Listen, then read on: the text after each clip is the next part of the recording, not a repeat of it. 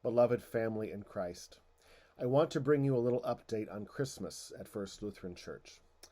It goes without saying that this has been a year like none other, and it has been too long since we've been able to be together.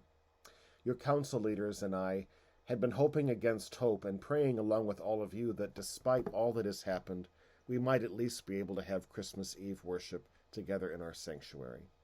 But sadly, as you probably know, COVID numbers in the city of Lynn are in the most dangerous place they have been all year, surpassing even the worst days of the first wave back in the spring.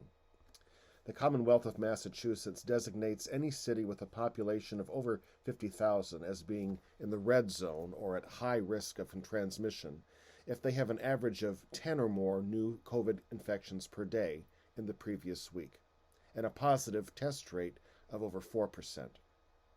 This past week, Lynn averaged a staggering 130 new cases a day. That's 13 times the red threshold, and had a positive test rate of nearly 14%. That puts us among the very highest risk communities in the whole state. Lynn and other large cities in Massachusetts have been rolled back to Phase 2 of the reopening schedule, and Governor Baker has strongly urged religious communities who can to worship online. We have also had a number of COVID cases in our congregation, some mild and some quite severe, so we know firsthand how serious this disease can be. We also know how easy it is to transmit in an indoor setting, particularly through activities like singing and speaking loudly, touching, and close social interaction.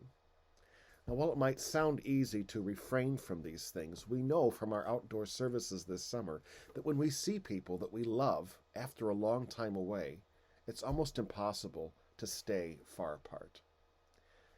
That means, while it's painful to do so, the loving, responsible Christian response right now to protect those most vulnerable in our congregation and in our community is to not gather for in-person worship at this time. Now, this does not mean that we are closed for Christmas, just as we haven't been closed these last 9 months. We have been active as a congregation during this time of exile through weekly online worship and many other opportunities to connect for fellowship, learning, and prayer, as well as online acts of service. Many of you have chosen to participate in these offerings, and if you haven't, it's never too late to start. In that vein, we will offer as beautiful a Christmas Eve service as we can online, involving as many people as possible. To make the service extra special, we are trying to put together a kind of virtual choir for our traditional singing of Silent Night by candlelight. Please read more about this experiment in this email and participate as much as you can, even if that's just taking a picture of yourself holding a candle and sending it to me. You'll see how it comes together in the end. And on Sunday, January 3rd, we're going to have a virtual Epiphany pageant led by our Sunday school children.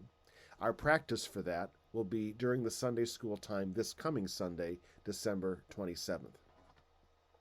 In the midst of our collective disappointment, we can rest assured that God comes to dwell with us wherever we are, and that the true manger where Jesus is born is in each of us, where we welcome him once again. Thank you, and God bless you.